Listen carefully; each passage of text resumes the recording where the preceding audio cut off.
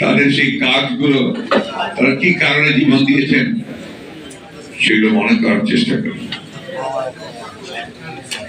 Doctor মিলন সেই মানুষগুলোর একজন, সেই নক্ষত্রগুলোর একজন যারা দেশের জন্য, মানুষের কল্যাণের জন্য, গণতন্ত্রের জন্য যারা প্রাণ বিসর্জন দিয়েছেন। আমি তার প্রতি গভীর শ্রদ্ধা জানাচ্ছি, কামনা করছি আল্লাহ তাকে যেন বেশ নসিব করেন। আল্লাহ তার কাছে সেই দোয়া চাইছি। আপনারা যদি এইভাবে অসভ্যের মতো আচরণ করেন তাহলে আমাদের পক্ষে মুক্তি দেওয়া সম্ভব না।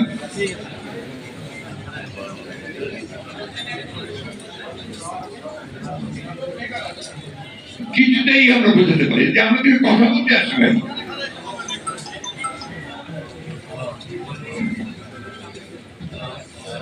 সেই ডক্টর মিলন বাংলাদেশের একজন সেই উজ্জ্বল নক্ষত্র। তার পরিবারের কথা শুনলাম, আগে জেনেছি আরো তাদেরকে শক্তি দিক, সহনশীলতা দিক। যে পরিবার তার সদস্য হারায় সেই বুঝে তার কথা। জাতির আহ্বান হয়েছে, তার আত্মত্যাগের মধ্য দিয়ে বড় পরিবর্তন সূচিত হয়েছে এবং স্বৈরাচার চলে গিয়ে গণতান্ত্রিক ব্যবস্থা ফিরে আসার সুযোগ হয়েছে। এই বিষয়টা আমাদের লক্ষ্য করা দরকার।